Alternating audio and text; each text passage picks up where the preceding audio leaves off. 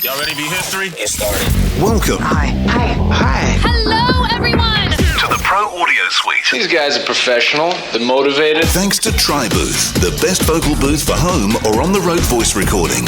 And Austrian Audio, making passion heard. Introducing Robert Marshall from Source Elements and Someone Audio Post, Chicago. Darren Robbo Robertson from Voodoo Radio Imaging, Sydney. Tech to the VO stars, George The Tech Whittam from LA. And me, Andrew Peters, voiceover talent and home studio guy. Line up, learner! Here we go. And don't forget the code TRIPAP. That will get you $200 off your Tribooth. Now, George, you've been whizzing around the country like crazy. You went to Podfest. What were you actually doing at Podfest? I was suitcasing. That's what we call it in the business. Stealing people's suitcase? Suitcasing. Suitcasing is when you show up in an event that you didn't sponsor and you start schmoozing and handing out cards and selling your wares. Yeah, you don't have a booth, basically. And you don't have a booth. Yes. Thanks to Jody Krangle. Thanks, Jody. Jody was a sponsor this year. She actually got an award. She got a community award from the Podfest event, which was really cool. They also had an award show there for every community needs an award, so they have their own awards event there. They call them Lifetime Achievement Award type awards. And Dr. Drew was there giving out the awards. He's a TV personality. He's been on numerous shows over the years.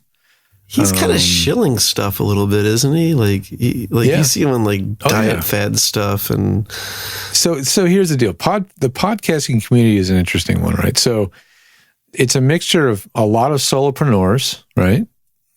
Which is why I'm there. I'm a solopreneur. Then you've got a lot of people that have something to say that would not fly on traditional media, right? Yeah. So extremists on whatever thing it is, because you can, it's your podcast. You can say whatever the heck you want. So you have a lot of people. I saw a lot of people that were wearing "Don't Tread on Me" shirts, and survival, like buy all this food and stockpile it, and here's how to live in a hole for 80 days during the apocalypse. So there was a represented. Some people on that community were represented. Then you had a lot of people that are women. Every interest group you can imagine. There's somebody at the Podfest because they want to either they have a podcast they want to start, they want to learn about it, or they have one and they want to promote it. Or they just want to get better at what they do and more efficient. So that's why they come. And I was spending my time bouncing between the expo hall and some of the different talks that were there. And there were many, many, many panels. And so what's cool about this conference, which I think sets it apart from every other conference that I've ever been to, is they use an app called Whova, spelled like Whova, Whova. And the Whova app is a community app that lets you know exactly who's at the event. You know exactly who they are. You have their contact info. You can exchange info. It's kind of like the NAM Show app on the phone. Did you use the NAM Show app? Yeah, I was going to say, this sounds just like the NAM Show app, which was kind of annoying. Yeah, just not as crappy. Although the NAM Show app got better, but it was terrible for a long time. But so now you have a way to contact every single person at the event. And so I'm looking at the app right now, and it says the total number of attendees was 1,869. Wow. That's pretty good. That's not bad. That's good. Yeah, so definitely bigger than VO Atlanta. They would like to be that big, I'm sure. In fact, J. Michael Collins from VO Atlanta was there, actually, at Podfest with a booth. But what kind of price? VO Atlanta is really expensive to attend. So when you're talking about 700 people being at that show, you're still talking about a lot of coin. Whereas, was this one like $100 a ticket, or was this $700 a ticket? They do the thing which a lot of conferences do, which is having a lot of different tiers. Mm-hmm. So you can start at like 200 and you can go up to $1,000. So the $1,000 ticket is a VIP, and that's actually the ticket that I had because Jody, as a sponsor, actually got a companion ticket and she offered it to me, which was extremely kind. So I went as a VIP, which was cool because I could go to every single happy hour and, all those special things where they give out, they have hors d'oeuvres and you can schmooze and stuff. And that was really valuable because while I was in line for one of these, waiting in line for a drink, I met a I met a podcaster who runs a show about the chemical industry. And here, I'm thinking, okay, that could be the end of the conversation. Yes. But I didn't let the conversation end. And instead, I kind of dug in and said, and I came at it from an absolutely entrepreneurial mindset of like, okay, everybody has a need. Every industry has a need. Is there a need in that space that I can fill, right? So by the time we got to the front of the line to get our drinks, I had already figured out a niche that I wanted to fill. She said, I'd like to have you on my show. I'd like to share this with my community. Let's work on maybe a package for the people that listen to my show. It was like all this came out of just standing in line. Wait. Let me make sure I understand this. She's got a show about chemical engineering. Chemical industry. Like she does a show where the audience are people working in the chemical industry. And you are co-marketing with her now. If she replies to my email, yes. Okay. So this is the thing I also realize. You go to these shows, these people come, it is an absolute like schmoozegasm. Yeah. Right? You're meeting hundreds of people, making tons of connections, talking about amazing ideas. And then after that event, it is up to you. You have to you really have to follow up. I mean, so one guy, he has a Calendly link on his website. So he's like, hey, let's chat. So I immediately made an appointment with him, and I'll be talking with him as soon as he gets over COVID. Oh, yes. Yeah, because that's the other thing that these conferences are for. I mean, that's certainly what I got from frickin' NAMM. Yeah. I got my COVID by hanging out in Venice Beach. It was a little more fun. But I got over a couple of weeks ago. But so as soon as he's off his thing, I'm going to be talking about his studio that we are going to build in Dallas. So that turned into another gig, hopefully. He seemed very keen. So for me, on a B2B level, business to business, I had made some really great contacts. And then on a B2C level, business to consumer, I handed out my card to a lot of people. And it was really nice because the vendors that I did know there, which was BSW and Centrance and Yellow Tech, all know me. We have great relationships. And they were all willing to keep my cards at their table. And I would just circulate the room. And every time I stood near the table, someone would walk up and say, "What is all this stuff?" And they would often mention me and say, "George is the guy that can help you." So it was extremely valuable for me to be there, to network and connect with folks. And whether it turns into a true ROI, who knows? You just never know until the deposit comes. But I did make some really good, valuable connections there. I also hopefully endeared them to the point where they will involve me in the production of the show next year, so that they will not have super loud PA systems blaring in a very large echoey room to the point where you can't hear the person presenting, or you can't talk to your vendor that you're trying to talk to because the sound system's blasting. It's funny because podcasting is all about audio, but at the same time, it kind of has this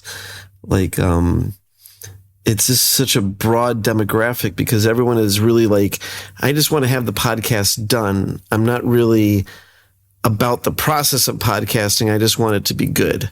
Oh, yeah. And there's a lot of networks and producers at these events that want you to sign on with them, that will get you ad dollars and do all the marketing for you. And there was quite a few of those companies there too, but for me, it was just learning about the community, who's doing it, who's producing it, how do they do it, what are the issues that they're having in producing it. And what was cool with the Whova app is I was able to immediately, when there was an issue with the sound and it was too loud, I was able to immediately post something in there and get the attention of one of the organizers who within probably 20, 30 minutes was asking me, "Where are you? Let's talk." That's pretty awesome. I really love that. Yeah. When I was at Podcast Movement, that was not happening. That was not going to get through to somebody. How big is Podcast Movement compared to this one? Physically, it's a bigger space. It was a larger space, more vendors. But I think in the actual turnout, it probably wasn't all that bigger. But Podcast Movement attracts more corporate entities. So you had iHeart Podcasts from iHeartMedia and iHeartRadio. Yeah. You had Amazon. You had all these very big brands there, there to represent their podcast interests and hopefully find their new big hit show, So that was a very different thing. They were not doing that at Podfest.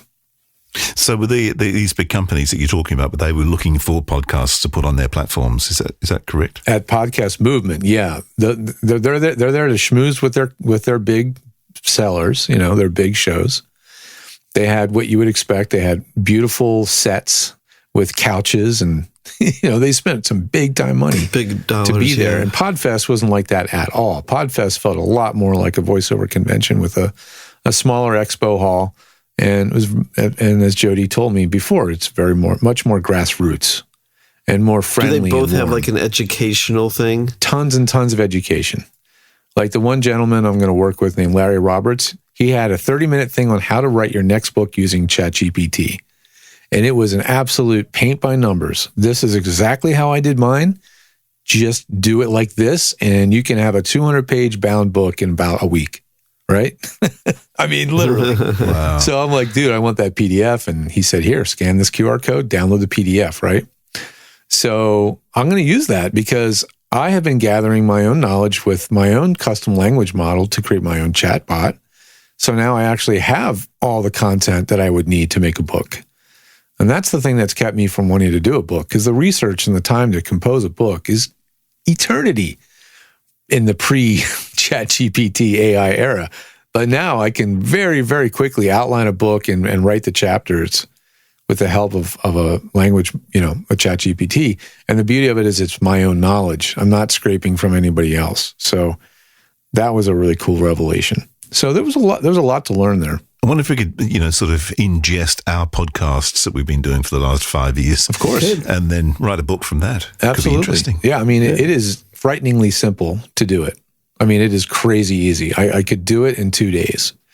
It just really is bizarrely simple. But you want it to be good, so there's going to be more time involved. You want to read the entire book, right? You want to make sure everything that's being written isn't garbage, right? Yeah. So, and you have to make sure it's factual. Yeah.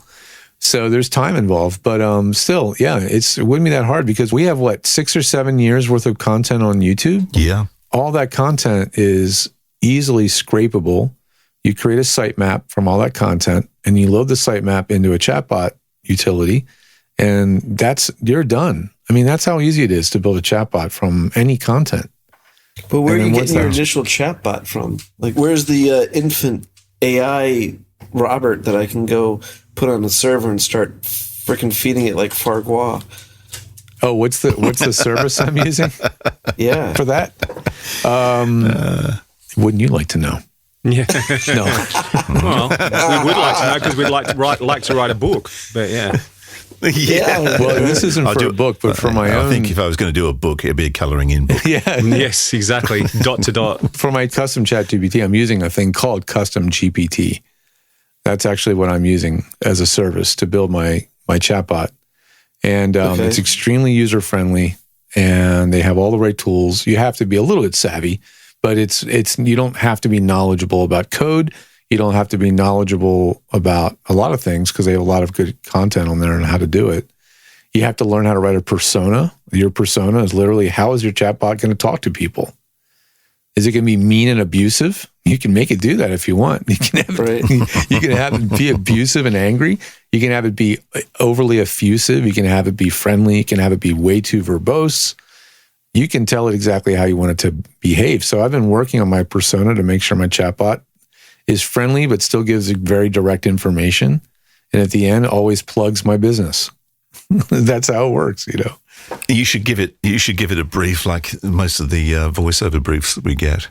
Nonsensical sort of garbage that is impossible to understand. You can do that. Voice tone should be a little more purple than blue. Yeah. Right. It'd be interesting just to make this thing follow you around. Like if you just videotaped every day and this thing ingested one day behind what you were. So yeah. And then it just whatever, this conversation here, all of it. It's just like, oh yeah, no. There. By the way, there is a little device that you can slap onto your iPhone, and it just lives on the back of the phone like a little barnacle, and it does that. It records every single phone conversation and then does a ChatGPT, transcription of it. For what purpose, George? It's the ultimate note-taking device. I mean, literally every phone call you make is recorded and converted into notes and summarized. It'll record, it has a mic, so it'll record what's in the room, but it'll also record what's coming out of the phone. Like, we're all going to have a AI persona copy of ourselves. And when we die, that's going to live on in some form or another. That's Google and that's Assistant. Going to be normal. That's what that is. That's already exists. You see the crap that it gets thrown at me that, Tanae and I have talked about in the kitchen. It's listening. It's like just crazy. Yeah, absolutely. Yeah. So, well, I'll tell you the story. This is a really wacko story. This goes back to the 80s. Mick Fleetwood was in Australia, and he came in to do an interview, and he was sitting there with a little cassette recorder, recording everything. And after we'd done the interview, I said, were you just getting a copy of the interview? He said, no, I record everything. He record every conversation he has, everything. So he was an archivist or a librarian type person. Yeah, no, but when he gets home, he said, when I get home, I like to sit in the house and listen back to all the cassettes. Oh, God. Weird. He's got time for that. And I'm like, Fleetwood, I suppose, but I think there are a few things they did in the 70s that's obviously come back to haunt him, I reckon. Absolutely. Either that or he was just very proud of himself and just really wanted to hear what he had to say. It was so bizarre. Yeah, well, really weird. I mean, it's in the same way I'll watch our show occasionally or listen to the show. It's just a different experience to hear back what you were saying on the show. And I might pick up something you said that I didn't notice. You might edit and listen, and it's a different format than the way we did it. But at this point, I'm looking at it, and I know we've gone off topic from Podfest to AI again because this is the way the show goes. That's the way we roll. But it's like I want to make sure I have my IP in my chatbot before somebody else does. I can't stop somebody from taking all my YouTube videos and putting it in their chatbot. But at least I can have mine and have it in my own brand. I think you should be able to stop somebody from taking all your YouTube videos and putting it in their chatbot. Absolutely. Well, I could go into YouTube tomorrow and just say, these are all unlisted and they're gone.